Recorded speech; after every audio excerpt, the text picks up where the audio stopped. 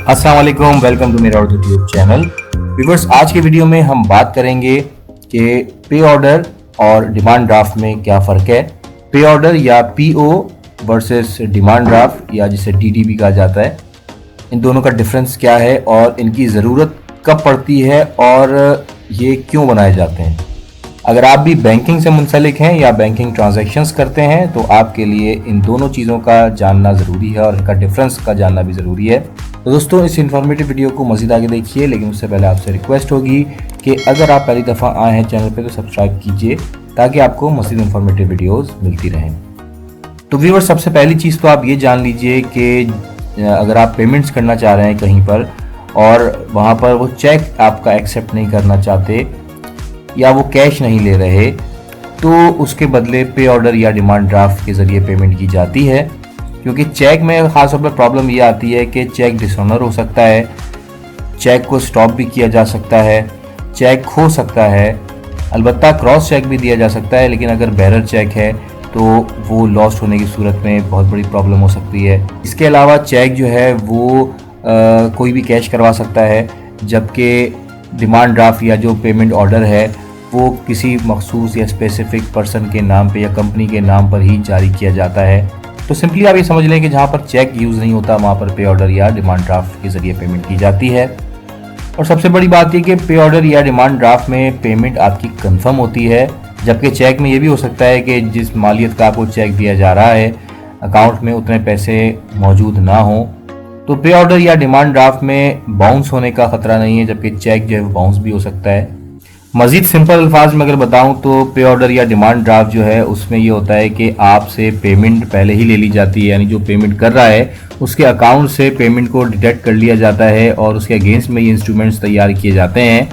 और जिसके नाम पर ये पे ऑर्डर या डिमांड ड्राफ्ट जारी किए जाते हैं वो सिंपली जाके बैंक को प्रेजेंट करता है और बैंक पाबंद होता है इस चीज़ का कि पेमेंट ड्राफ्ट या डिमांड ड्राफ्ट के अगेंस्ट में फौरी तौर पर पेमेंट को रिलीज़ करे। तो ये काफ़ी सिक्योर इंस्ट्रूमेंट्स होते हैं। ख़ास तौर पर ये ऑब्ज़र्व किया गया है कि जो बड़े इदारे हैं, इंस्टीट्यूशंस हैं, यूनिवर्सिटीज़ हैं, कॉलेजेस हैं या स्कूल्स हैं इवन, तो वहाँ पर जो पेमेंट्स की जाती हैं वो पे ऑर्डर या डिमांड ड्राफ्ट के ज़रिए ही की जाती हैं। और ख़ास तौर पर ये भी देखा गया है कि जैसे कोई जॉब के लिए आपको अप्लाई करना है तो जो आपने एप्लीकेशन फ़ीस पे करनी होती है या प्रोसेसिंग फ़ीस है वो पे ऑर्डर या डिमांड ड्राफ्ट के ज़रिए ही एक्सेप्ट की जाती है। पे ऑर्डर या डिमांड ड्राफ्ट दो तरीक़ों से बनाया जा सकता है। एक तो ये कि आप डायरेक्टली कैश प्रेजेंट कर सकते हैं कैश काउंटर पे, और इसके लिए आपने पे ऑर्डर या डिमांड ड्राफ्ट का एक फॉर्म फिल करना होता है, अपने सिग्नेचर करने होते हैं, अपना आईडी कार्ड नंबर मेंशन करना होता है, पेमेंट ऑर्डर का या डिमांड ड्राफ्ट का पर्पज़ मेंशन करना पड़ता है और जो जितने भी अमाउंट का आप बनाना चाह रहे हैं डीडी या पीओ, तो वो कैश आप काउंटर पे करते हैं और उसके अगेंस्ट में आपको पे ऑर्डर बना के दे दिया जाता है और उसकी एक नॉमिनल सी फीस भी होती है, वो भी बैंक लेता है। और दूसरा तरीक़ेकार ये है कि आपका अगर बैंक में अकाउंट मौजूद है तो आप अपने अकाउंट के ज़रिए डायरेक्टली बनवा सकते हैं पे ऑर्डर या डिमांड ड्राफ्ट, लेकिन इसमें भी आपको चार्जेस पे करने होते हैं। अगर आपका ऑलरेडी अकाउंट मौजूद है तो चार्जेस कम होते हैं, लेकिन अगर आप वॉक इन कस्टमर हैं तो हो सकता है कि आपको कुछ ज़्यादा चार्जेस पे करना पड़े। अच्छा, एक बहुत ही अहम जो डिफरेंस है वो भी आपको बता देता हूँ पे ऑर्डर और डिमांड ड्राफ्ट का। पे ऑर्डर जो है वो विद इन अ सिटी अगर आप कोई पेमेंट सेंड करना चाहते हैं तो आप बनाते हैं, लेकिन अगर आप अपने रीजन से या अपना जो सिटी है उसके अलावा किसी आउट डिस्ट्रिक्ट में या आउट सिटी में कहीं और किसी और सिटी के लिए पेमेंट करना चाह रहे हैं तो फिर आप डिमांड ड्राफ्ट बनाएंगे। फॉर एग्ज़ाम्पल, आप कराची में रहते हैं और कराची में ही किसी इदारे में या किसी पर्सन को आप पेमेंट करना चाह रहे हैं तो आप पे ऑर्डर बनवाएंगे। और अगर आप कराची में बिज़नेस कर रहे हैं या कराची में रहते हैं, कोई इंडिविजुअल हैं और आप पेमेंट भेजना चाह रहे हैं इस्लामाबाद में किसी पर्सन को या किसी इदारे को, तो फिर आप डिमांड ड्राफ्ट तैयार करेंगे। अच्छा, इसको मैं मज़ीद आसान करके बता देता हूँ आपको एक मिसाल के ज़रिए। वो ये कि फॉर एग्ज़ाम्पल आप कराची में रहते हैं और आपका जो क्लाइंट है वो है इस्लामाबाद में और वो इस्लामाबाद में F10 में रहता है, वहाँ के किसी बैंक का आपको एड्रेस देता है।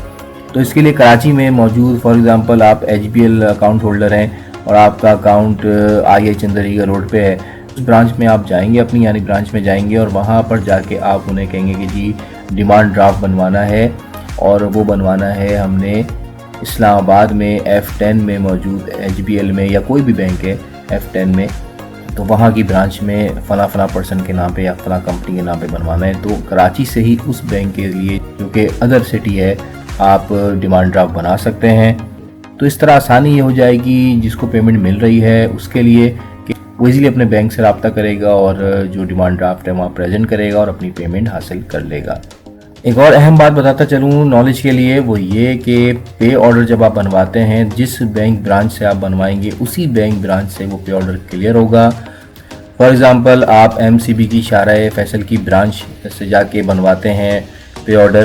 तो जिसके नाम पर वो पे ऑर्डर है वो उस पे ऑर्डर को उसी ब्रांच से यानी MCB की शाहराह फैसल ब्रांच से ही क्लियर करवा सकता है, वहीं से वो उसको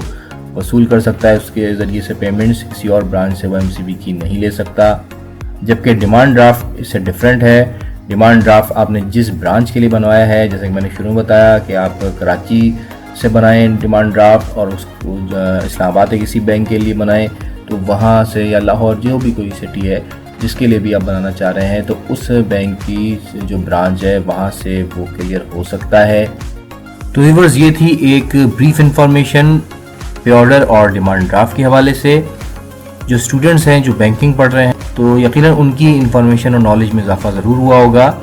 और जनरली भी लोगों को इस चीज़ के बारे में पता होना चाहिए कि पे ऑर्डर और डिमांड ड्राफ्ट क्या है और किन मौक़ों पर और किस पर्पस के लिए यूज़ किया जाता है, बनाया जाता है। तो दोस्तों यहाँ पर वीडियो को ख़त्म करते हैं। वीडियो पसंद आई तो लाइक ज़रूर कीजिएगा, शेयर कीजिएगा। मिलते हैं किसी और नई वीडियो में, तब तक के लिए अल्लाह हाफ़िज़।